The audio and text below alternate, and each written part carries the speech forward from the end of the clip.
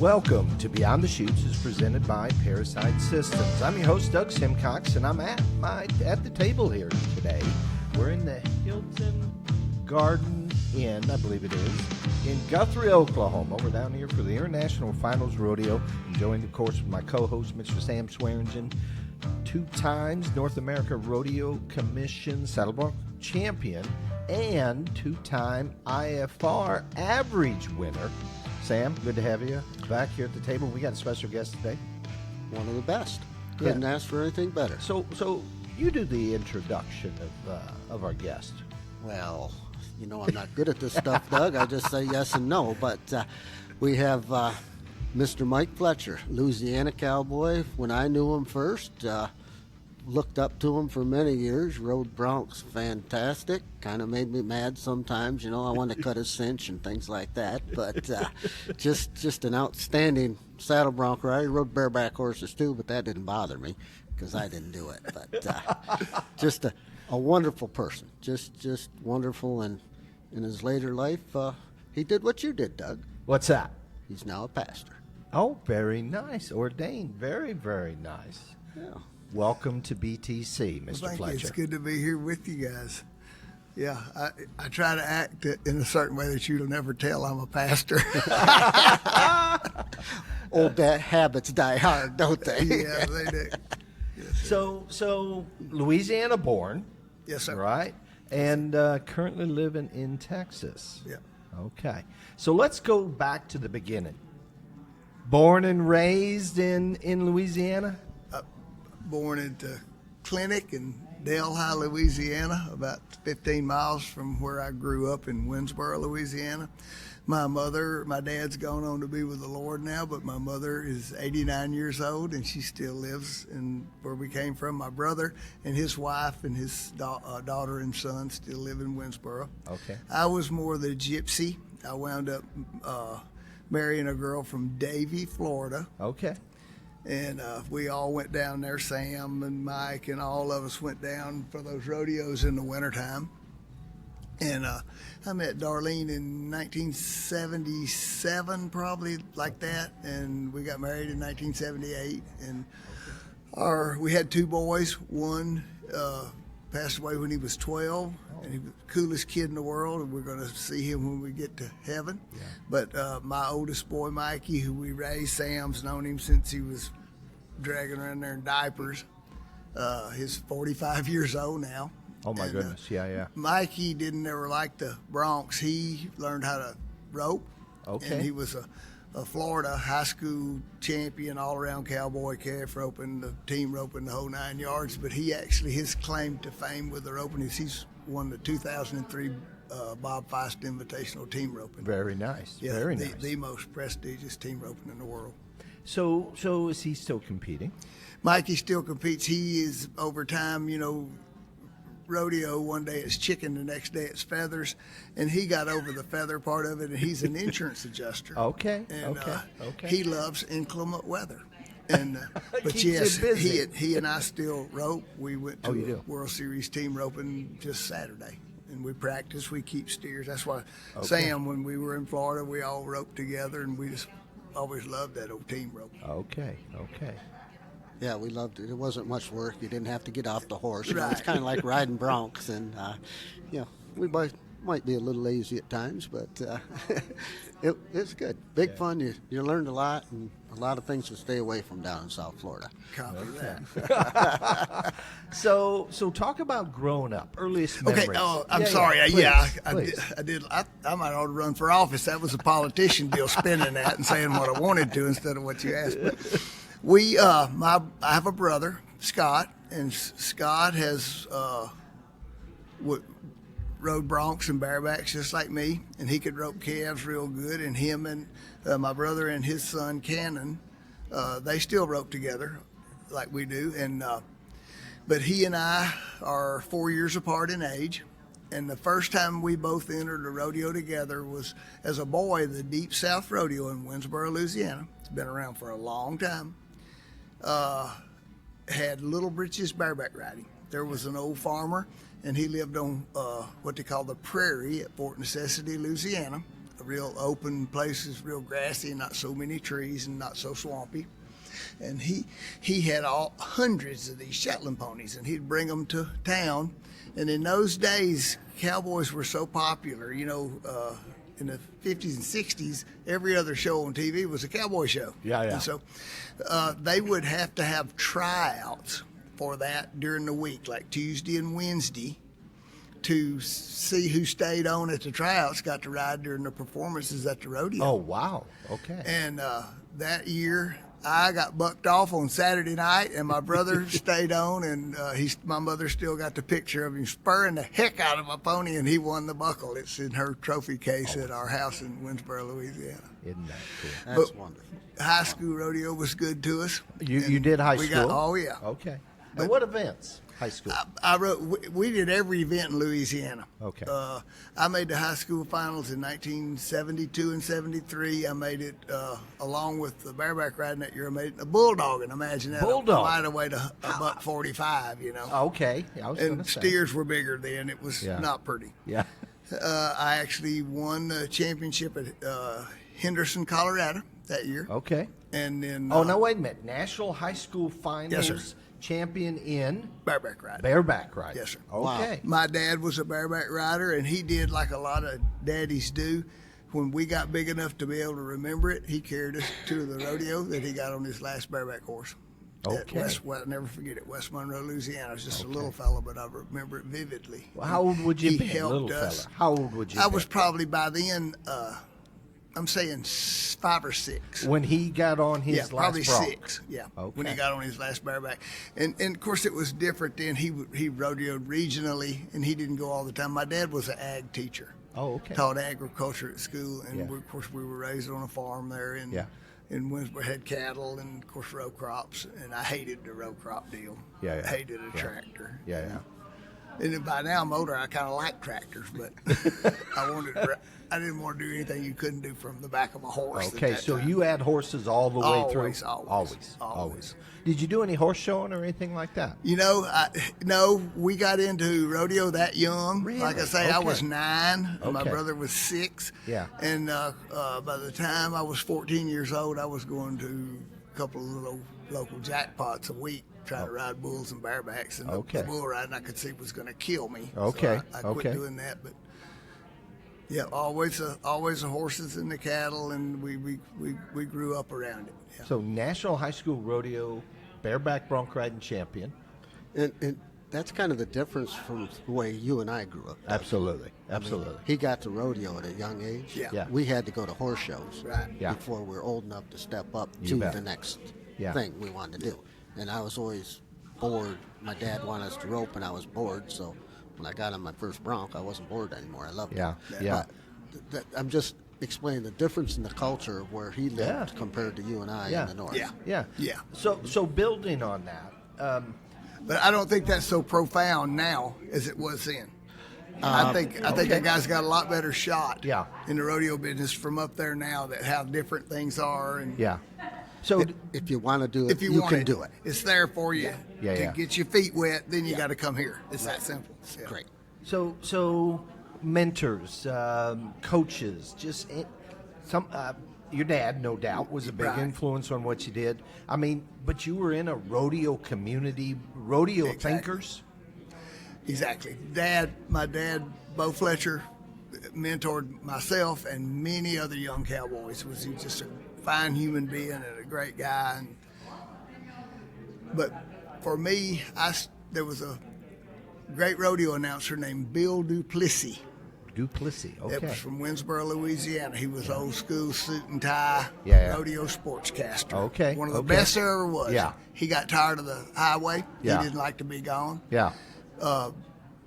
Billy's son, Mike, he had a daughter and a son, Linda and Mike. And Mike, like me, had started out right there at Winsboro, Louisiana in the Little Britches bareback riding. Okay. And he had started going to IPRA rodeos, or Okay. IRA in those days. Okay. And he was a great mentor Yeah, to me. yeah. He showed me how to set up my rigging. We came along when the bareback riggings like they ride now, of course not the high lifts, but the Were they hard handled? Till I was probably got my first hard handle when I was probably one of his wore out ones. Okay. When I was like 16. Okay. But till then, you had the Charlie Beals and a guy named Lionel Reed had a saddle shop in West Monroe and handmade my rigging. Okay. And but by the time by 72. Yeah. I had learned to ride those hard handles, and I stopped on the way to Henderson, Colorado. Yeah. At Burke Burnett, Texas. Okay. And got me a Jim Houston bareback rigging. Brand new. Raymond Hewlin set it up for me. Holy cow. And rode that at the high school finals and won that rodeo. And then I actually went back the next year in Ogden, Utah, and won it again. So 2-time. Oh, yeah. Bareback bronc riding Yes, sir. champion of the National High School Finals. Yes, sir. National High School Rodeo Association. And that's impressive. And I got another question. Yeah. And that takes some doing. We talked about when Dalen won it, what it took to win the bareback riding at the high school finals. You know, it's You got to be not just a little luck in there, too. You know? Oh, yeah. But the cream's going to rise to the top, which it always does. And if it's your turn to win, you win. If it's not, you don't. Copy that. But you rode in a rigging that was just old style rigging, and Soft-handed. Right. To begin with, yes. Yes. Right. Yes. But I won those championships with a Jim Houston rawhide rigging. Yeah. Okay. But you started, and this is just my theory when I started Dalen riding ponies. Okay. I got him a rigging that was an old style, use your feet. Yes. If you don't use your feet, you're on your head. Feet and balance. Yeah. And arm strength and lift. So you agree with what I did I definitely agree. for that? Okay. So Wholeheartedly. what was that transition, Mike, going from that soft-handled rigging to did the style change to that hard rawhide rigging? Did it change? Mine did. It did. Mine did. I tended to, at the old riggings, you had to sit up and you could still roll your feet up their neck, but you couldn't really get back Yeah. and really bring them all the Yeah. way up to the handhold without having your knees hit you in the chest. Yeah. And your hand hitting you in the head. Exactly. And to be able to be pretty dadgum sure your hand was going to stay shut the whole time was a pretty big deal. Yeah. It was revolutionary. Okay. Yeah. So coming out of high school rodeo, 2 championships, that is so impressive. What were the next steps? Okay, the next step. When I had won the Louisiana high school finals Yeah. and set a record, I was 83 points back in the 70s. Oh my So goodness. you can at a high school rodeo? Yeah, Are you yeah, kidding me? yeah, I got yeah. pictures at my mom's of me winning first, 56 points. You know what I'm saying? Yeah. And so Mike Duplessis loaded me up, and he bought me. I didn't have no money. He bought me an IRA card, and we went to Sherman Denison, Texas, Okay. and Bonham, Texas, to the rodeos. Okay. And that's where I got my start. Okay. I remember vividly he had an old ugly, kind of yellow-looking Oldsmobile car, and we stopped to get gas in Texas, and they were having what they called a gas war back in those days. And we bought gas for 25 cents a gallon. I tell people all the time that, this fuel like it is now, it's just crazy. You worry about. I never remember worrying about putting gas in the car. I worried about them $20 entry fees. How many 20s did I have to go along with these entries? Yeah. So we're talking. What years did you? So what year? 68. Okay, no, 72. 72. Okay. Was my first high school national championship, and Okay. 73 was the And next 73. one. I loaded up. I came home. I went to my graduation.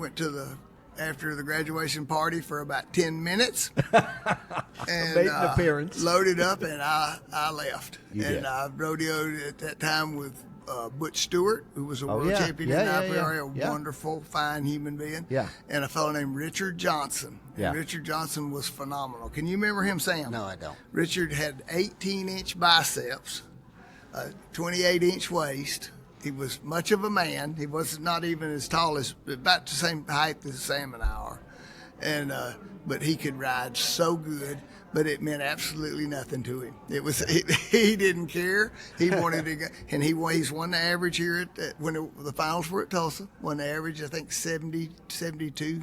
Okay. 1972. Okay. But Richard, I rodeoed, and Mike Duplessis was a skinny little fella, and he's always getting hurt. So me and Richard went to a lot of rodeos together, and they were smart, and they knew those riggings, and it's a big deal. Now you see, it's evolved a little bit, but we were on the cutting edge of that thing about how to get your glove. You put the benzoin on, and you made it had to fit perfect. But in those days, they'd fine you if you couldn't get, like how they ride them around the arena 3 times.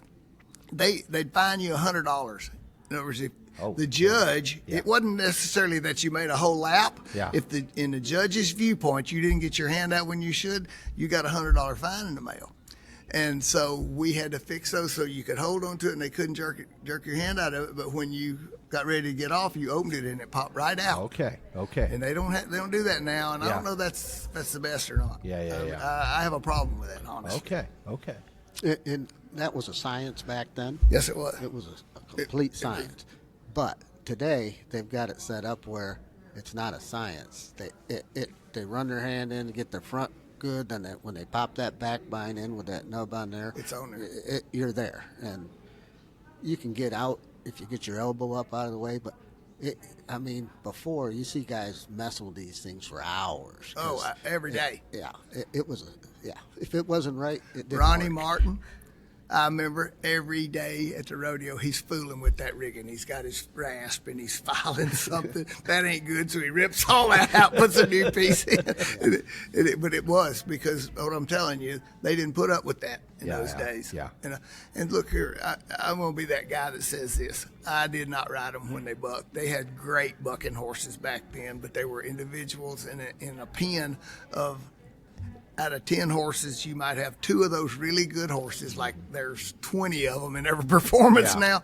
You might have 2 of them, and the rest of them were spoiled saddle horses. And you had to learn how to spur them when they ran. And I was good at it. You were good at it. Yeah. Okay. I could spur them when they bucked too, but I learned how. I always say I might not rode better than everybody, but I knew how to win. Okay. And there's a difference. Oh, there is a difference. And if you don't know how to win, it's hard. You got to learn. It's a you got to learn how to thing. win. So what does that mean? All right, that means, like, I got to ride broncs till I was 44 years old. I was in November. I quit at the Southeast Circuit Finals. I was living in Florida at that time, in Okeechobee, Florida, and I won the average at the Southeast Circuit Finals. But I would always tell those boys that traveled with me after I got to liking them, I'd say, "Here's the trick to this." You got to get ahead of those broncs. And see, that wasn't how they rode when we started. Sam will tell you. You spurred them, but you never were really ahead of them. And I learned how to get ahead of those broncs. And I said, in 8 seconds, if you'll set your feet with your toes out, 3 jumps, they'll let you win something. Okay. Show them that you know what you're doing. 3 jumps out of 8 seconds. Can you not do that? And I said, just watch in case you want to see. I'm fixing to show you how I do it. Because these, like I say, there were nice horses back then, and buckers, rank horses. Sam used to draw Slugger of what was Edgar Wilson? Smuggler of J-Bar. Oh, not Smuggler. 10 times my rookie year. Answer that one. 10 times. You should be in a wheelchair. Had him twice at the IFR, and they had to take him back. Had to go redraw. I got on those Smuggler, but the Sockers, who I'm talking about, that good one, Buster Webb's out there in Arizona. He dusted me one time. But Sam won a lot of money on him. So let me back up, and we're going to get where you are. Okay, sorry. No, this is perfect. So you jump, you're 18 years old, you graduate from high school, you jump with Butch and the crew. I'm in there. You're on the highway, and gone for how long? What are you doing? Months. You're out. Don't come home. You're out. No. What do folks think of that? I'm that guy to this day. I call my mother every Sunday morning. Okay. And I did that, and in those days, we would, God bless me enough, I'd win something on paydays, which was a lot of times Saturday night and always Sunday.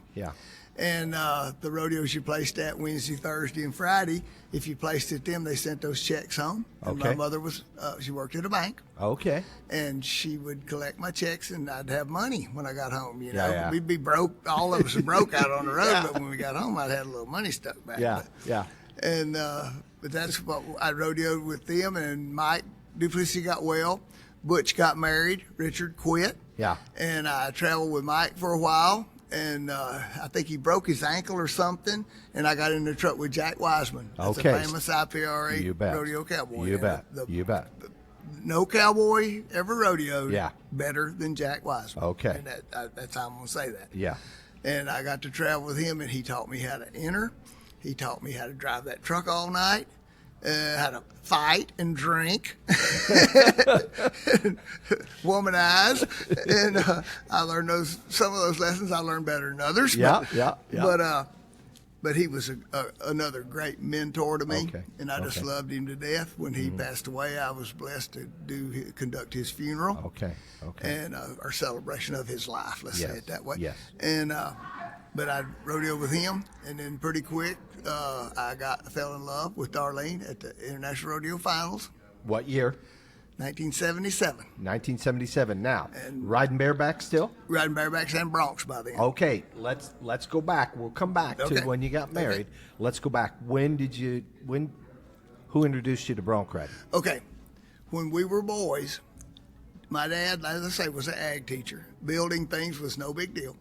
We built us a pen that we could practice roping the steers in and bulldogging in. So it was narrow and long like old-timey rodeo arenas. And we had 2 bucking chutes. Okay.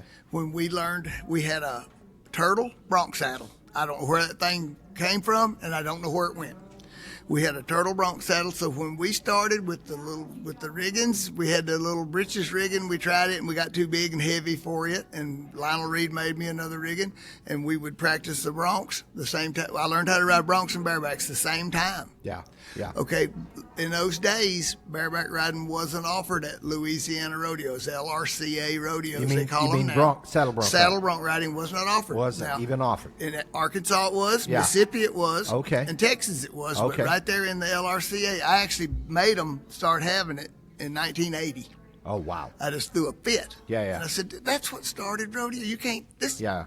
a play day. This Yeah. is time and games here. Yeah. And so anyway, it wasn't offered, so I didn't ride barebacks until 77. And this Okay. is a great story. You're going to Yeah. like this. Okay. I Okay. was, by then, rodeoing with a fellow named Rob McDonald. Okay. Okay, Rob was from Newport, Arkansas, Weldon. And Rob and I decided he'd ride bareback some, but they wouldn't let him win, but he could ride bulls really good. He's IPRA average champion and world champion in IPRA. And Rob, he's gone to be with the Lord too by now. But he and I, we decided we're going to all them Iowa rodeos, and Sam knows what I talk, Midwest rodeos in the summer. And if you could spur one out and stay on, they paid you. Yeah. Yeah. You know? Yeah. And I said, Rob, we're cowboys. We can ride broncs that good. Yeah. Yeah. And a friend of ours named Burl Yielding broke his leg, and he had a good severe bronc saddle. Okay, I'll take okay. that back. It was a Salisbury. Salisbury. Bronc saddle. Okay. And did you ride them Salisbury some too? I did. Yeah. Yes. And so we took that, and he and I would ride that same saddle. The clown would tell a joke, I'd ride, and then the clown would tell a joke, and Rob would ride, or vice versa. Yeah. Yeah. And he was Okay. left-handed, and I was right-handed, and we changed what you call a half hole.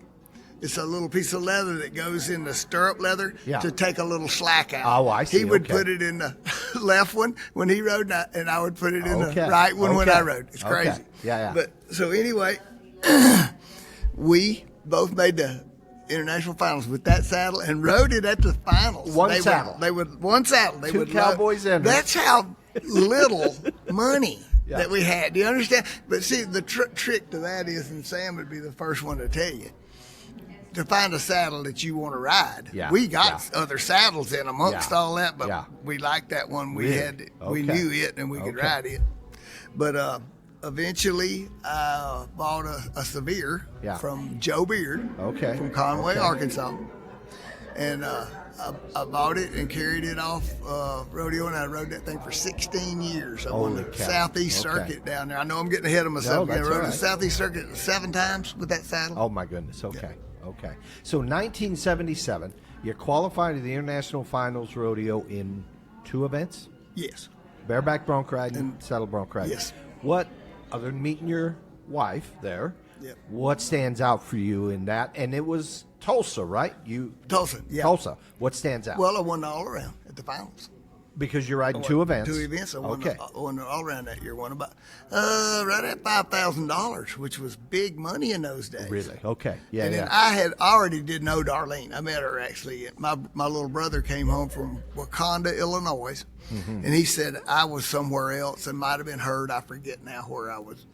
But he had met her and her girlfriend at Wakanda at the rodeo. And he said, I met this girl, and she's got a Ford van and a 2-horse trailer. There's an app horse on one side and a dirt bike on the other. Oh, my. He said they don't wear nothing but halter tops and them Daisy Duke shorts. Wasn't no Daisy Duke in them days, but they'd cut their shorts off and sew little lace around the bottoms. Oh, she was fine. Oh, my God. He said there's a little too tall for me. My brother's short. Yeah. And makes Sam look like a giant. But anyway, he said you got to meet her. And so when we went to Davie in the fall, Okay. about Thanksgiving time though, was that the orange blossom? I think in the fall like that, or was it spring one? the spring spring one was the was orange blossom. But we go down there and I meet her, and it was at Thanksgiving time, and her Okay. mother would have her and her brother, my brother-in-law Norman. He's a pastor too, Doug. Okay. And he would have them invite us all for Thanksgiving, and she'd Yeah. cook 3 or 4 turkeys. And Sam, you been there to her Darlene's mom's house for No, Thanksgiving? I have not. But anyway, so I went there and I said, well, she can cook. Her mom can cook. Maybe she can too. I don't know. But anyway, life went on. Yeah. She was actually dating one of my friends at that time, and life went on. We just were friends, good friends. And then, like I say, in '77 there at the IRA finals, that was the year we didn't stay in the Camelot. It was that other old hotel downtown. Remember that old hotel? Yeah, I do. And we got a different room every night. And I'm not going to tell you why we needed to do that. But Oh, sure. You anyway, can. we get home and I just loved her, and I still got her. Yeah, still got her. Excellent. And so you won the average. You won the all around that yeah. year. I didn't win the average in either event, but I placed a lot. Okay. Do you remember where you finished up that year in either one of those events? I was second 6 different times. Okay, In the IPRA before I finally won a championship. Really? That Yeah. many? Okay. Yeah, Wow. 6 Runner up. different times. Okay. In both events? Sometimes bronc riding, sometimes bareback riding. Yeah, yeah. I took turns. And then you learned how to win. So when did you win your first world championship then? 1983. 1983. I won the bronc riding and the all around, and I was finished third that year in the bareback riding. Okay. And then you take off. And how many world championships? All in. That's all. That's all. I was good then, and Yeah. And by then, when we rodeoed, and Sam will tell you this, and some of these other guys, the money difference between the PRCA and IPRA was not there. They won a little more than us, but Yeah. by the same token, it cost them more to go win it. Okay. They could not travel in bands of marauders like we did. Yeah. In other words, we would go, and we'd go a lot of times from Texas and wind up in Michigan or California on Sunday, Yeah. and wouldn't put but $20 in the kitty. There's a metal box in all rodeo Yeah. trucks Yeah. that everybody puts their money in, and literally you wouldn't spend $20-30 for fuel. Yeah. And go all those miles, and so we literally got home. I mean, we lived like rock stars. Don't get me Yeah, wrong. We wasted money like a drunken sailor, but we still got home with some money. Yeah. And I just, they always said, well, you surely could have made the NFR, and surely I should have, and didn't. Yeah. But I didn't try very hard. You didn't go at it very I hard. went at it hard enough, I thought, and I wound up 24th as close as I got, which there's only a few $100s between 15 and 24 back in them days, and it just couldn't make it happen. Did you go west? I went everywhere, and what I did though, I was broke in the fall, and I stayed back here. There's plenty of rodeos still to go to, and I stayed back here instead of going to Pendleton and that last, Walla Walla and that. And to me, as I think back on it, that I should have gone. Yeah. I should have gone because all I needed to do is get lucky. I needed $3,800 Okay. Is all I needed. Really, to to qualify for the final. And I guess I got where I couldn't spur them out very good or something, because they got me, when they saw my name 14th, they started getting me at the gate everywhere I went. And see, nobody had a video camera. Yeah. Nobody had a phone. Yeah. See, finally, all these years have gone by, and they've had this video camera put in their face and say, "This is what you thought." Yeah. Yeah. And the judging is better. Yeah. Yeah. I mean, it's Okay. still rodeo. Yeah. Yeah. But they don't. They don't just blatantly cheat. Like I felt, and you can put this out there, because I'm telling you, and I had long hair. I was Okay. from the IPRA. Okay. And if you just Clint, we know what he did. He was Clint Corey. We know what he did. He was an IPRA champion. Believe me, it took him a minute to get in what they call the click. It did. It did. And then, okay. of course, 18 times to the NFR shows you what he knew how to do. But Yeah. And yeah. the difference was Clint was always clean cut. Clint looked the part. An active And, part. yeah. You know, And yeah. I was a radical. And IPRA on top of it. Yeah. Yeah. It, and That's then what after you get used to winning, I know when I ride good, and I know when I ride bad. Yeah. Yeah. Yeah. And when you get used to that, you had that horse and you made that good ride, and they don't let you win. It don't take a lot of that. Yeah. And I mean, I'm trying to raise a family here. Yeah. And just the prestige of Yeah. having a PRCA card. Yeah. Another thing that happened along through then, Doug, was Team Rodeo. A fellow named Bill Polis invented Team Rodeo, the best concept. It would work today if they do it right and do it like they did it then. The Twisters, you rode on those. Did you not? No. Actually, my father-in-law worked for Getty, which was a big sponsor Right, of Twisters. right. They contacted me about coming and riding. Yeah. But I only worked one event.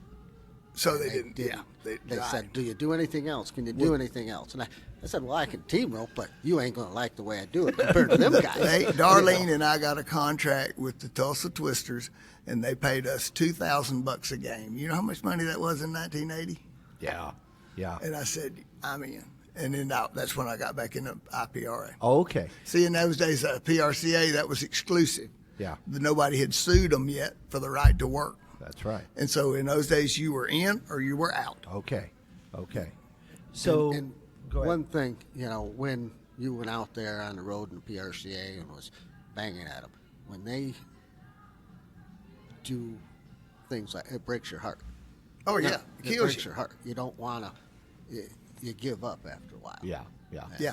We just say, screw it. I didn't even know if I wanted to keep riding for a living. Is that right? Yeah. And you were 100%. That was your living all Yeah. those years. Oh, yeah. Yeah. Send the money home. That's what we Oh, got. I mean, I hustle. Yeah. Yeah. I've never had a real job. Oh, really? I'm just like Okay. him. Okay.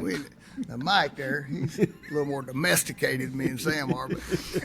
But I call stock contracting kind of real. well, that's kind of a real. But you understand what I'm saying. I know when what you're you mean. doing You're what not you love punching and a you clock work for and- yourself, that's a whole other thing. Yeah, yeah. And so I just did. I mean, I traded horses and I haul. I do anything, and I'm not scared to work. But Yeah. I never liked it that much. Yeah. So injuries. Oh Lord. Yeah. Yeah. Yeah. Probably 18 different broken bones. Okay.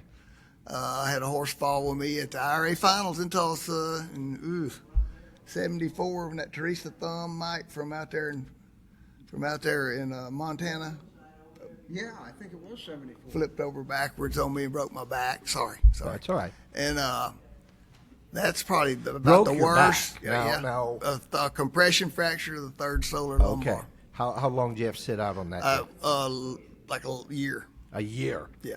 So you're hustling that year doing. It's whatever. I still live with my mom and dad. Okay. I mean, okay. I think I'm like 20 years old. Oh. Okay. This was early in and your career.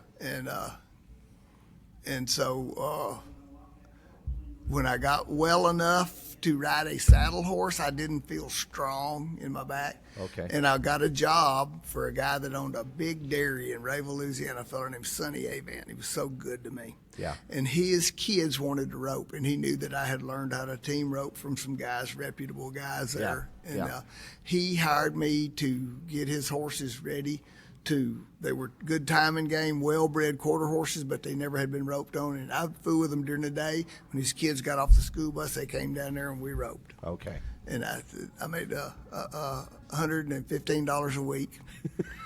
And I lived better than my dairy experience. Yeah, I never did anything with the dairy. Yeah, I worked from 5 in the morning till 6 at night. Yeah. $3 an hour. That roping was much better than my dairy experience. Yeah, because what do you do with that kind of money anyway, Sam? I don't What know. was you go? You just piss it away. Lord help me. But I enjoyed that, and so I made the LRA finals in the team roping that year. Okay. And I was well. I'd ridden horses. In other words, riding. All the boys work out and like that now. Personally, I never did. I'd stand in front of the chutes and smoke cigarettes till it got my turn. I'm telling you. But we were kids then. You could lay on the couch and grow muscles, you know. But I made them in a team roping, and they called and they said, "Are you well enough to ride barebacks yet?" I said, "Yeah, I'm fixing to crack back out." And they said, "Well, a fellow named Joe Hillman from Port Arthur, Texas." They said, "Joe has hurt his hand. He was a welder, and he'd hurt his hand somewhere or another. He can't come ride. I said, I'll take his spot." Yeah. And I went over there, and I don't remember if I placed in the team roping, but I did win the average in the bareback riding, I can tell you that. Yeah.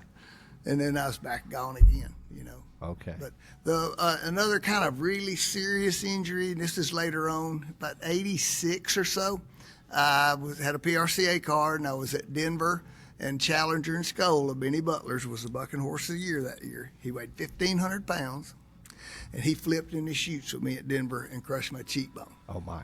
Okay. And Okay, I thought it was Papa Smurf. no, it was old Challenger, and he was my kind. I was fixing to win around on him. Okay. Okay. And he flipped in the chute. Benny was trying to help me. Imagine. Benny was trying to help me.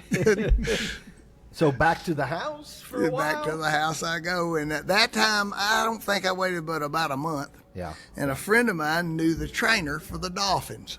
Okay. Okay. She goes down there and has me a Dolphin football helmet made with really soft padding, and that just snaps in anyway. And she had that all fixed up. And I rode broncs for another month with that With the Miami helmet on, Dolphin football helmet. And I can't find one picture of it. I can't find one picture of it. Now, how hard was that on your neck? Well, football helmet's not heavy.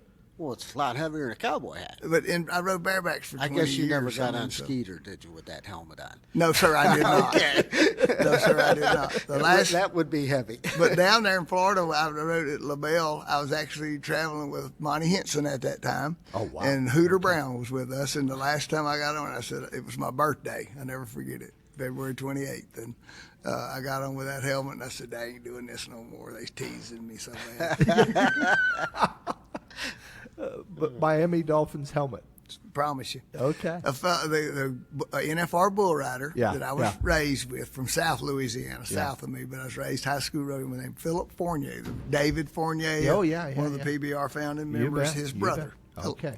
Philip had come up to the hospital in Denver, and Darlene was on her way to get me, and fly up there and get me and bring me home. But he brought me a Playboy and a pack of Marlboros, just what you need. And he's sitting there looking at that Playboy, and the doctor comes in. Yeah. He said, "All right, Mike, here's what we've done for you. We have put a metal plate in your face right here, and we put a piece of that mesh like they use on the space shuttles. Yeah. And we've got your eye up there where it belongs to be, because what it was wanting to do is fall down in my face. Your eye was. Okay, there's a cowboy, and he was on Urban Cowboy named Ricky Lindsay. Okay. He's an NFR bull rider too, and Ricky had a bull jerk him down and crush his face. Yeah. And Ricky Lindsay's not a very pretty person. Okay. Okay. Okay, the doctor said, "Fletch, we got you fixed up good, but keep your hands off your face, because what we fight here is infection.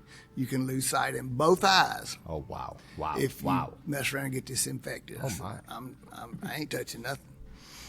Well, he walks out, and Philip's a Cajun from South Louisiana. He goes, "Fletcher, you hear what the man said?" I said, "Yeah." He said, "We got to be careful with this infection." He said, "No, what he meant was, don't pick your nose or you look like Ricky Lindsay."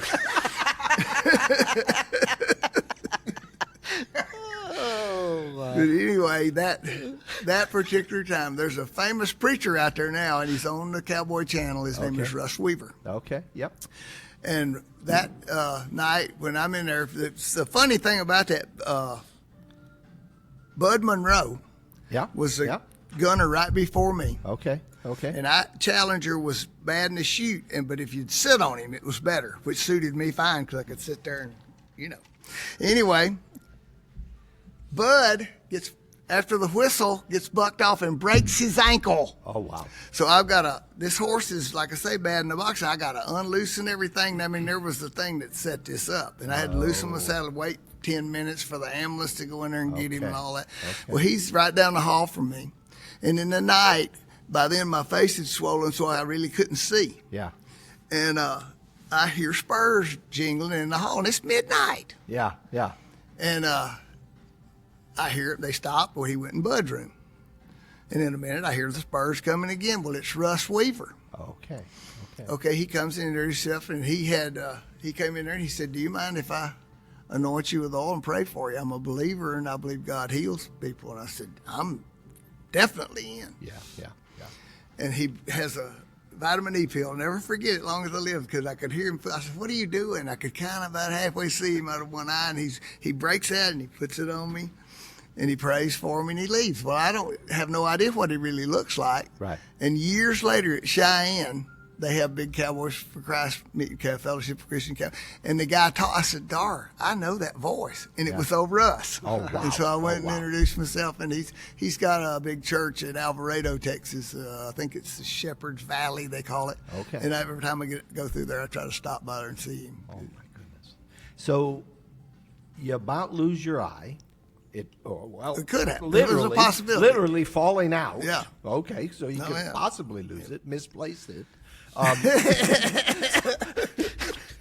So they put a steel plate in. Steel plate's still in. Oh yeah, and some screws. What happened to the mesh from the? It's still in there too. It's still in there too. Still in there too. And you went home for 30 days and then put a football helmet on and went back to just it. like that. Okay, and you never touched your face that whole time. I kept my hands. I did not pick my nose. Okay. Did not want to be Ricky Lindsay. I didn't want to look like Ricky Lindsay. He's a friend of mine. If you're listening, Ricky, I love you, brother. So, take it off on your birthday, February 28th, you said. Go back at it, going hard again. Let's roll. Pretty much. By then, I'm getting in my 40s. Oh, wow. So how old were you when this happened? I would have been 38 or so, 39. Holy cow. Yeah. Holy cow. I had no idea. That's pretty good age for a bronc rider. Yeah. Oh, yeah. I had a family, Yeah. But we went back at it, but I had got to the place that I felt like to go where I knew I could win. Yeah. So naturally, I worked that Southeast Circuit. Yeah. I won it like 7 times. Okay. And but I would go in the summers to like Bob Barnes, the Middle East, Sure. Midwest. Midwest. So Iowa. Bob Barnes rodeos back then were kind of like the Middle East. Well, Bob he might have went to the Middle East as much as he went. Bob Barnes Taliban. But anyway, I'd go to those, and of course, Moorheads and M's, and I would go to Cheyenne every year. Okay. But then as soon as I get done at Cheyenne, I get my butt back to Valparaiso, Indiana, or some darn where, because it wasn't going to butt heads with them guys out there. Yeah. I mean, you watch it, the Cowboy Channel depicts it so good. That time of year, that's what it is. You got to make the best ride on the best horse you ever to get a sniff. Yeah. And so I would go back to where they needed a hero, and I was just too happy to be him, Yeah. So this would be what year when you were riding with Barnes and that sort of thing? Oh, Lord, that'd be from about probably, I think I won the Southeast Circuit Finals the first time when I got my PRCA card back in maybe 89. 89. So you were so riding, that was over through the 90s and that. You were riding with Marty Barnes? I mean, Marty and I are dear friends, yeah. Okay. And I grew up in Iowa, by the way. Did you? I did. Cedar Falls. Yeah. Yeah. So come on. And right. The Barnes family. Our piano player at church is from they're right there by Sioux Falls. Did you ever ride the National Dairy Cattle Congress in Waterloo, Iowa, inside the arena? I can't remember going to it. Okay. I can't remember going to it. That was a big Barnes rodeo, and that was Des in the Moines fall. In the fall, maybe not. Probably was in the South. We was in the South. Yeah. Okay. If he went, he'd remember. Yeah. I would remember. His I would. mind is incredible from what I can. If a deal like that. Yeah. He was telling the story about my brother-in-law breaking a saddle in Tulsa. Yeah. And I remembered it different. And then once he said it, I said, oh, he's exactly right. That's you just know? what- that's that shook out. So you're talking about Kenny Phillips. Yeah. Okay. 85, he wins That's his. Dr. Kenny to you, I'm Doug. absolutely. Yes. Kenny was as dumb as I was, I thought. But boy, did I swear found to out God, different. He did not seem that much smarter than us. He really didn't come across that way. That family of brains, that mother had good genes. Let me I'm tell telling you. you. 'Cause we know it didn't come from the other side. Promise you that. Okay. All right. Back to the saddle story. You want to hear the saddle story? Yeah, I Let's think hear it's a it. good Okay, story. Kenny, and this part I'm a little cloudy on, but did a horse tear his saddle up in the chute? Yeah, they were rolling them, and it caught the back billet and ripped it right off ripped at the back billet out of the D-ring. saddle. Yeah. All right. So for our listeners, what's it mean to roll a bronc? Okay, they have the horses What's lined it up. sound like, Doug? Trip them and throw them down? I don't know. They have the horse. They got an alleyway lined up with horses coming into the bucking chutes. Yeah. And so they have to be in their own separate pens so they don't crash into each other. Yeah, And, yeah. So you got a little gate to swing with a latch. Yeah. Well, that latch caught the back billet. Yep. Oh, in the chutes. No, rolling him up the alleyway. It's what we call the load up. Yeah, the load up chute. Okay. And Okay. that caught it and broke his saddle. Okay. So now he's ready to get on a bronc with no saddle. And he was a kid. He wasn't. Was he 18 or 19 years Yeah, old? he- And he's freaking out. I'd already ridden, and I remember grabbing him and said, "Kenny, look at me. I've already ridden. We're the same size. My saddle's better than yours anyway. Get you some of it." Okay, he is making a spectacular ride. He was in a with saddle. my He could saddle. spur one in, and he had- was letting it happen. Yeah. Let That's me tell right. you. He had a saddle that worked, and look, he is making a great ride. In about 6-7 seconds, the right stirrup leather on my saddle breaks off. Boom! Down he goes. And probably, That would have been me the next day. well, and he probably won the round because of it. I might have. Might won the round. I might have, but that rumor about my pocket knife, it was in the locker room. It was a rumor, right? I didn't even have it. I didn't even have it with me. But but that's that's a story you can Yeah. tell in church. See, Yeah, because I gave.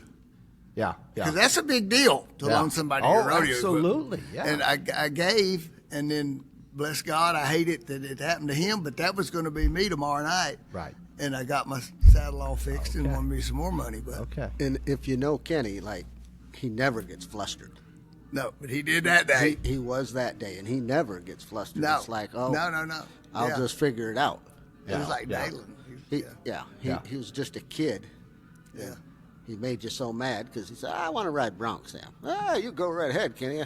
By the 10th one, he's beating you. You know, it's like, where does this talent come All from? the Yeah. natural ability in the world. Yeah. So our listeners love travel stories. Give us your best. No. PG don't give rating. us your best. Please don't. Okay. Well, since we Give us got one we Sam can and listen to. Mike, and they remember this like I do, Yeah. we decide that we need to go to Minneapolis, Minnesota, to the rodeo, and we enter that.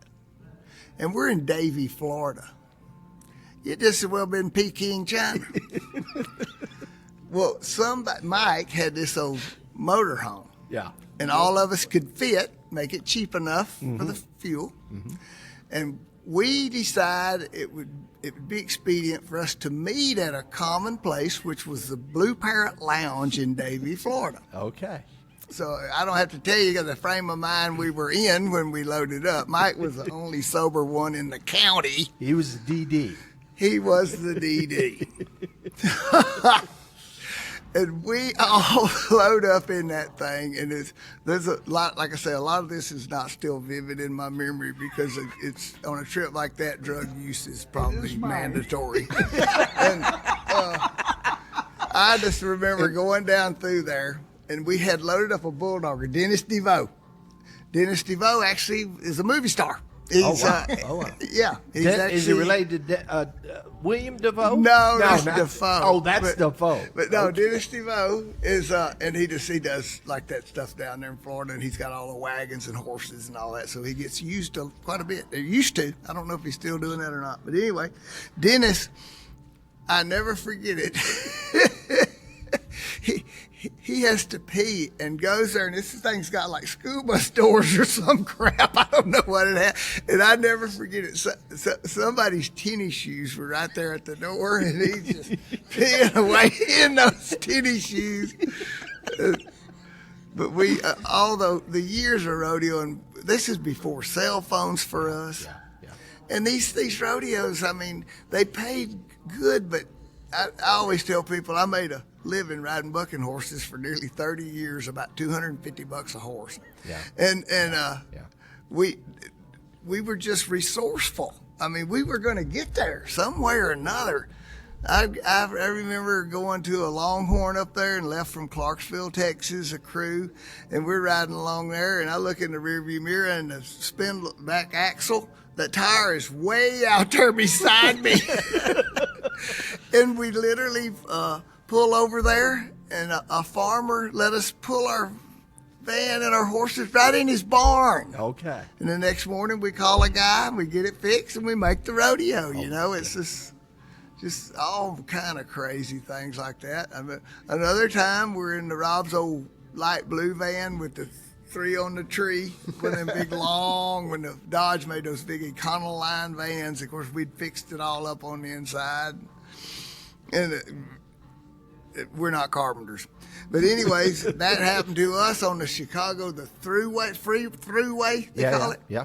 And snow is piled up. That's back, you know, when we got a lot more snow, like kind of like we're getting this year.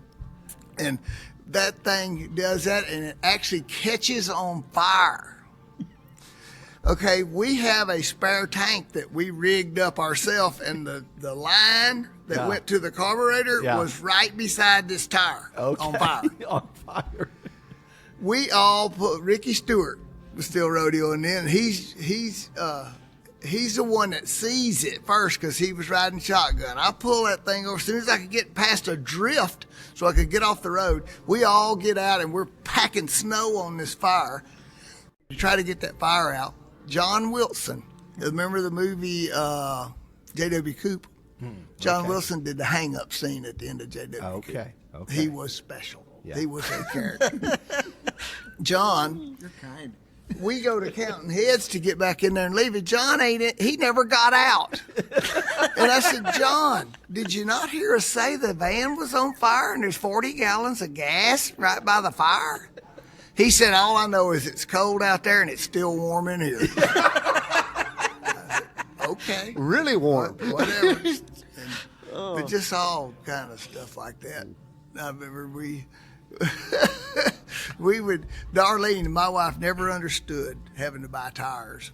But I remember fixing flats on the side of the road. Didn't we fix them all the time? And I got so sick of that. And then I'm an idiot. When my tires get about half ball looking, they're gone, and I'm getting me some new ones. She knew. I said, honey, if you'd have fixed as many flats on the side of the road as I have.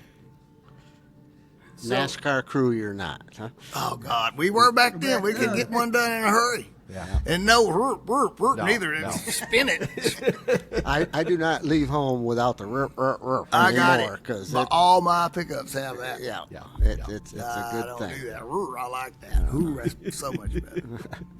So you rode broncs. You retired when? Did it just Okay. slow yeah. down? Yeah. know? I had, always you get hurt. Yeah. And I had to maybe, have to put a knee brace on for a week or two or something. But Yeah. always my legs were good. Okay. And I pulled my growings in '99 when I wanted, and I really, my wife was still running the barrel fraternity coats, and we went to Fort Smith, and I had to sit it out because I'd pulled my growings so bad I couldn't ride, and I thought I think I'm done, and I had rededicated my life, and to the Lord, and I remember laying on the kitchen floor one morning before daylight fixing to go work cows, and it was worrying me so bad because my life was trying to change. Okay. And I've cried out to the Lord, and it just as plain as we're talking here, not like a voice you could hear, but he said, I'd like you to finish what you start. And I thought, that means I just need to go to circuit finals and I can quit then. and sure enough, okay, I got well. Started wearing them bicycle short things, them tight, long, short pant things. Support the groin. And sure. got that, got through the year, won the average at the circuit finals, won the Wrangler All-Around, and so about $5,000 right before Christmas. I said, this is a good spot to get off. Okay. The cutoff date in rodeos is always before the finals, so there's rodeos in between the cutoff date when they quit counting money for that year. Yeah. And so I already was in the standings for the next year, and a friend of mine was announcing Jerry Todd. And I said, Jerry, I hadn't said anything to anybody, but I'm done. This is it. Yeah. And at that, I wasn't having a great circuit finals up to that point. But I think I placed maybe once in the 2 days prior to that. And he goes, you can't quit. I see your name in the new standings for next year. I said, trust me when I tell you, I'm done. I was 44. I fixed to be 45 years old, and I didn't want to be that old fat guy that they go, why does he keep doing this? Yeah. They say he used to could really ride. But obviously, he can't anymore. Right. And I didn't want to be that guy. I did the same thing with the barebacks. When I got to the place that I only could ride the good ones, the old jerkers, I couldn't spur them good anymore. Yeah. When I got there, I'm done. Yeah. I just didn't want to, I didn't want that in people's memories. Okay. And all the circuit finals, did you go to the Dodge National Circuit Finals? Went to them. Yeah, qualified 9 times, but only went 7. By the time I got up in my 43 and 44, I wouldn't go. Yeah. Because I didn't think they'd like me much out there either. Okay. Now, that was Pocatello at that time? Pocatello back then. And how'd you do? Did anything stand out there? I had All City Red one time. Okay. And they get me at the gate. Oh, my. For the round. Okay. And I think I wound up winning something. The last year I went, maybe I won a little something. Yeah. I'm trying to think now. But anyway, not much. Yeah. Same way like Cheyenne. I went to Cheyenne numerous times, won $100 for splitting 6 in a go-around one time. But, I just got like that Pocatello deal. Yeah. I just didn't want to go. Yeah. And the kids that got to go, if I didn't, I loved them and I wanted them to go. They were, if I'd getting old, you can get too old when you ride. Yeah. I don't know how long Mike rode or Sam, I forget, but I you get too smart, I think. When I was about 35, I noticed it getting tougher. Yeah. And not getting the will right to want to. You had to get yourself up to ride. Exactly. And that's wrong. By the time I'm 40, I have to starve myself from Monday till Thursday to start with. Yeah. Because, once I love to ride more than I love to eat. Well, I had bypassed that, and I love to eat more than I love to ride. And just like Sam says, I remember standing on the back of them chutes reminding myself how much I love to ride saddle broncs, Yeah. And I had a good horse. I was a horse trainer for years and years, broke up hundreds and hundreds of colts, actually thousands of them. Yeah. And I had a good horse riding business going. I said, I fool around here and break my leg or my arm or something. Yeah. And, see, that never crosses your mind when you're 25. Right. But when you start thinking like that, you get to the place where you're not trying to win anymore. You're trying not to lose. Yeah. It's time. And it's time. It's time. I knew it was time. Yeah. I hurt my neck, and the doctor said, well, if you want to walk, you should quit riding. Mm-hmm. Oh, wow. And I was pretty much done by then anyway, so I never got on another. Never looked back at it. Okay. I like to walk. Yeah. I don't want nobody pushing me to the bathroom. Yeah. And today injuries, you're okay? I mean, what bothers my you? My right on shoulder right hurts shoulder. all the time, and my left knee. Okay. Left knee and my right shoulder. Okay. So you retire. Let's fast forward a bit to your connection with Jeff Altmeyer. Beautiful. We visited a little today, and I told you that Jeff would come down to my place with Kenny Van Pelt and talk about knows how to win. Kenny Van Pelt has roped calves or steers or something Yeah. and hustled Yeah. for all his life. Yeah. And he brings Altmaier with him. He kept telling me about his friend, and I would send ropes. You team roping, you get hundreds of old ropes you don't use anymore, and I would send them home, and Altmaier would buy them, and his brother Todd would sell them on the trailer. Okay. You know, yeah. Those are my ropes. Right at Ford City. Those are my At ropes. the The city rodeo. boys are buying off that trailer. Ford Okay. City. Definitely. Okay. Yep.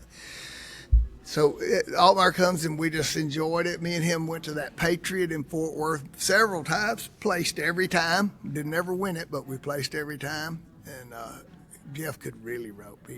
He roped better than he thought he did. Yeah. And he's a prince of a guy. You know him. He's a prince of a guy. Oh, absolutely. And anyways, he started me to, he called me one day and he said, I'm in a bind and I need a trailer. And Yeah. I brought it to him, and I got up there with it, and I didn't. he's my friend. I didn't even ask him what it paid. When I got up there and he paid me, I said, I can do this anytime you need it. And so that's that. And then, like I say, when I would bring the trailers to him, I'd stay all night with him and Terry. Sometimes even go rope with him and Joey and them guys if it's summertime, you know. Yeah. And just loved him to death. And as I told you earlier, I was privileged to help conduct his celebration of his life, because he was a great guy. Great guy. Yeah, and mine with Jeff, you know, over the years we did the rodeo, but when he first called me up, he called me up about doing the rodeo, and I didn't have it the first year. Mm-hmm. Somebody else did. Okay. And the second year he called me up and he said, you want to come do our rodeo? And I said, yeah, I want to come do your rodeo. And I said, well, I'll be down to look at things. No, you don't have to come down.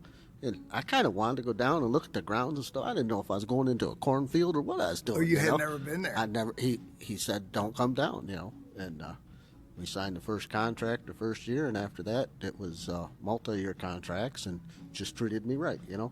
We sat down, we'd do our numbers, and we looked at the contract, and he figured it one way, and I'd figured it another, and it always came out the same. And I don't know how his figures were or mine, but it always came out the same. But just treated me wonderful. Yeah. Wonderful man. Great. Trust me, that German did better than you did every time. But our numbers were the same. I just don't know how he got there. He was very shrewd. This is funny. He would always, for the rodeo, he has this kind of party thing for all the committee and that, and they make these apple dumplings. Yeah. And Jeff Altmaier loved Bluebell ice cream. Okay. You cannot get Bluebell ice cream in Pennsylvania. Okay. I would fill all these coolers up in dry ice and bring that ice cream for him to have enough for this party. I mean, 3 or 4 big old coolers, like $130 worth of dry ice. This was like $8 a small bowl by the time you got that ice cream. He didn't care. That's what he wanted. Yeah. And he loved Lone Star beer. That's a joke in Texas. In Texas, you don't drink Lone Star beer, for God's sake. Right. He loved that crap. And I would have to go gather it up for him. Yeah. And it had to be in a bottle, too. Yeah. You could find the cans anywhere. I would literally have to stop in Texarkana when I'd leave home, because there was a liquor store there that always had it. Yeah. Because Arkansas people don't know it's not good. I was going to say, you kind of walked out of the store, didn't want anybody to see you. Huh? Right. Yeah, can you help me bring this out there and kind of act like it's yours? Meet me at the truck. My favorite memory of Mr. Altmaier was 2017, and he was able to get connected with Liesl Harris and brought him up. And this was definitely towards the end of Liesl's career. Yeah. And he come up there, and I could have done that for 10 years with Liesl Harris. It was just an amazing 2 days. Yeah. And sat with him in the van, and we talked and we talked and we talked. You know Liesl. I know Liesl. We were raised with Liesl. Okay. And Sam will tell you, Michael, he'll attest to this. When the Liesl's axe would screw up, because we see the same, we laughed every night, 3 nights a week, all fall and all spring. Yeah. It's crazy. Yeah. And when they'd screw up, they were so much more funny to us than it. Yeah. First time I seen that piano act, I was just a kid, like 10 years old. I about peed my pants. It was the funniest thing I ever seen. Yeah. Hilarious. Yeah. And then when he got Big Rick, was Big Rick doing it? Was he being the lady in Big Rick Howell? I don't know. We did his funeral here a couple of years ago too. Great guy, funny, Yeah. and he always worked the labor list for Longhorn Rodeo, and he was a big guy, and they would dress him up in this red dress and put even bigger boobs. He had pretty big boobs on his own, but and hilarious. Just nobody can do things like Liesl. Yeah, yeah. Nobody. He would be back 10 feet from that piano, Yeah. kind of bent down and hop. Yeah. And when his hands hit that piano, I guess the music guy started They it then. cued But then it, I yeah. thought, how did he time it like that? I just thought of that. A lot of yeah. talent. I mean, because it was his time, and comedy is that timing. Yeah. Oh, yeah. Timing. Yeah. And he had it. And I'm rereading his book. This ain't my first Yeah, rodeo. this ain't my first and rodeo. I'm gonna tell all of our listeners, if it's on Amazon, get it on your Kindle, get it soft cover, whatever you want to do. It's a wonderful story. I mean, a collection of it's stories. hilarious. But I saw a posting the other day on Facebook. He still got stuff being posted daily almost, and it was about the piano act. And the story goes, when he built the piano, he about cut off 2 fingers. Yeah. Okay. That's true. And he's there in the hospital, and they're going, we're gonna have to amputate. We're gonna have to snip it off. And the guy said, what do you do for a living? And Liesl says, I play the piano. And so they bring in a specialist, save his finger. Save his finger. Yeah. So always got the punchlines, man. Well, he was in his. If people know Liesl know this, like rodeo being run by cowboys. He was the president of the IPRA way back in the day. Yeah. Okay, there's always going to be feelings hurt and people get cross, and all the tough guys of rodeo know. I don't remember one instance where they did more than talk to Liesl. Liesl was in his late 70s, and he would still go box. Yeah. And you know him, so his reach, he can sit where I am and You punch bet. you right in your nose. Yeah. And he did really, really well. Yeah. I mean, but he loved to fight. Yeah. The book brings that out. Brings it out. And with switchblades, what they call it, scratch. Oh, he did it all. We'd flip it out. They would set up these contests. Who can get their switchblade out and slice the other guy the quickest? It's just for fun. That's what we do.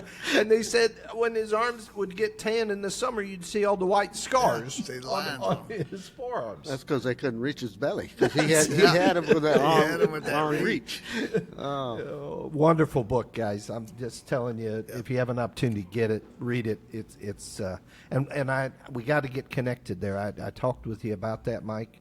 We got to get connected. Help me do that. I want to share about Liesl's story. We'll get the hook up. Okay. But one thing, before we go here, Yeah. that Mike said to me that made some sense, he said, Sam, we lived in the best time to rodeo. And it took me a while thinking about that, but people don't do it like that anymore. No. Thank goodness they don't have to. Yeah. But what you do is you are in a truck with 5 or 6 other guys, you get to know them, you travel, and they don't do it now. We did live in the best time to rodeo. We did. She didn't pay the best, but it was never like that before, and never will be again. Right. We lived through the 70s and 80s of rodeo were a very special time. Yeah. And then you were ordained. When were you ordained, Mike? 96. 96. 1996. And what do you? Yeah. Okay, I'm glad you asked that. My wife and I saw a Bible verse. I always used to like NIV Bibles, and Hebrews 10:28 in the NIV says, "Let us consider how we may spur one another on to love and good deeds." And I said, that sounds like a good cowboy ministry. There you go. And we had been we got spun around at Cheyenne at the cowboy church meeting at Cheyenne in '88, and we got where we wanted to go to church. We wanted to be different, and I had looked at our friends that we started rodeoing with, and they were older and they couldn't ride and make a living anymore, so they started selling dope. Yeah. And they had trouble with family life, and I said, I don't want to be that guy. Yeah. I don't want to screw up my marriage, and Lord knows I've even since then I've tried a time or two, but I was always scared, and Mike knows this. I was scared if I gave my all to God that He would send me on some kind of mission in the Congo or something like that. I just knew that's what would happen. Yeah.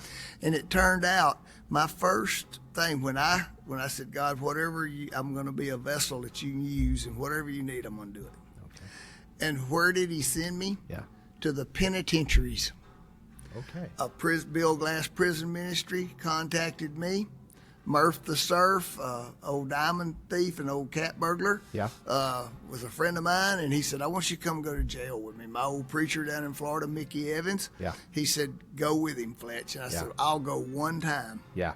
And how many people go to jail and say that? Yeah. I'll go one time. Yeah. That's if you get, and they shut the door and you can't get out in. If you just they let you out the same day. Yeah. And that was hundreds of weekends ago did I start that. Okay. And I literally learned how to be a pastor, if you would, a preacher in jail. Okay. So see, my stuff is a little rough around the edges. Yeah. Because they kind of the most religious people I ever saw, legalist religious people I ever saw, are in jail, by the way. Right. And I could foul them up, but I'd go in there, and Bill, he loved to take me like to fundraisers and things like that. And I know some just borderline dirty jokes. Yeah. You know what I'm saying? Yeah. Maybe some of them step across the line, maybe they don't.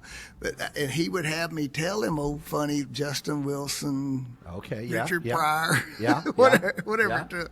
And he'd have me tell those jokes to those Baptist committees that would fund our prison weekend. Yeah. And because he liked me to freak them out. Okay. And later on, when Bill was older and was kind of getting older, and this kid, Kit Van Arsdale, bless his heart, he comes to me and said, "Why do you have to tell him dirty jokes in jail?" And I said, "Kit, you want to know why I tell dirty jokes in jail? Because Bill Glass likes me to tell dirty jokes in jail. Go talk to him about it." You bet. And but he just liked that to break through that religiosity. Right. See, religion never saved anybody. Religious people hung my Savior on the cross. Right. And so we color outside the lines. Yeah. But I found out early on that beating people over the head with a 32-pound Schofield Bible does not get anybody saved. Yeah. We got spun around and everybody knew it. We show up at J-Bars right before he went to the PRCA at Indianapolis.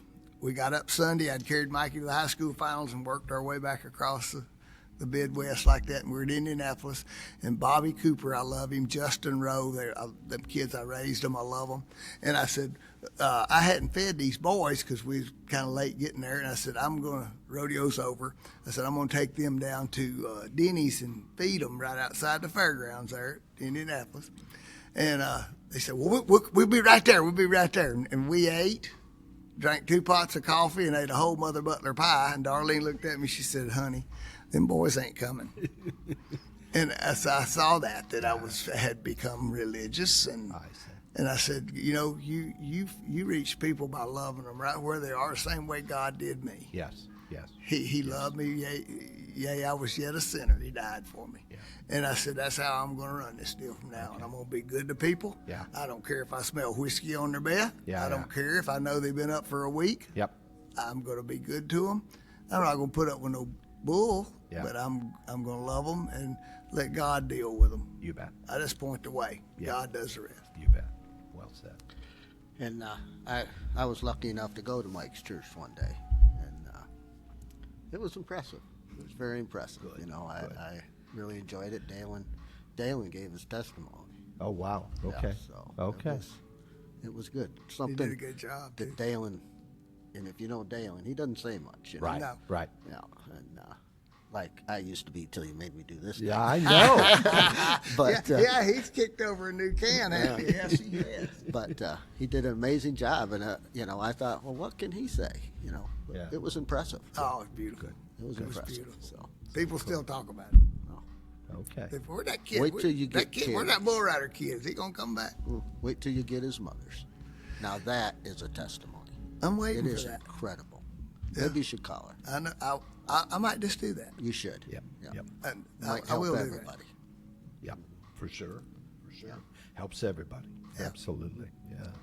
We overcome by the blood of the Lamb and the word of our testimony. Absolutely. I can't see you raise your hand, Doug. I had both hands. I do know. See me? That I do know I'm talking. Absolutely. So how can folks get a hold of you? They're interested in a conversation. Spur or on whatever. Ministries has a Facebook thing, and we actually put our Sunday services out on Spur on Ministries Facebook. Okay. And Dalen's on, I'm sure, on that. I'm sure. And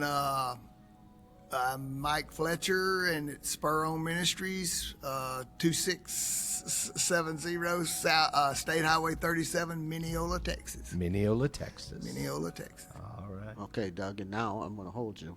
When we go down there, you'll have to go. We will absolutely Come go on. down there. Absolutely. Oh, go yeah, have a then conversation. I'll Yes, make a sir. fuss over y'all.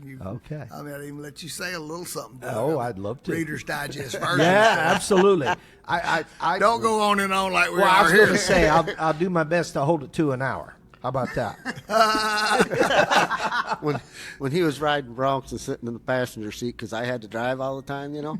Oh, now wait, He'd none of never be that's quiet. true. Listen to it. Now, Listen you to know it. that's not a true story. Sam Well, driving all maybe the he was time? driving and I was Maybe trying to sleep and he I wouldn't was shut up. driving and I wouldn't shut up so Sam could sleep. Okay. Absolutely. Well, this has been a hoot, Mike. Well, thank you, sir. Yeah, thank you for coming on. I'm so glad we were able to get this done here in Guthrie, Oklahoma. We're at the International Finals Rodeo, and what a treat. What a treat. And to our listeners, I hope you enjoyed this conversation with Mr. Mike Fletcher. If you do, please go find us. We are out there. It's called Beyond the Chutes. You can find us on all the major podcast platforms. And we need your help. Rate us, review us. It helps us grow and improve our programming. And we invite you to check out our Beyond the Chutes Facebook page and our webpage, beyondthechutes.show. And I'd like to say thank you to Parasite Systems for putting us on the road yet again, Sam. BTC on the road. Parasite System is a push-button parasitic diagnostic system for pasture animals, horses, cattle, goats, sheep, chickens, and for your companion animals, dogs and cats. And Sam, we can order those test kits for our horses and our cattle. Do you remember what that website is? No. Okay, it's poop2proof.com. Can you repeat after me? Poop to proof. Poop2proof.com. Okay. And I we should have remembered. Yeah, well, I'm gonna ask you that every show. BTC023 is a coupon code. Get 50% off. Do the right thing by your animals. This is Beyond the Chutes with Mike Fletcher. and Sam Swearengin. thank you. My name's Doug Simcox. Until next time, enjoy.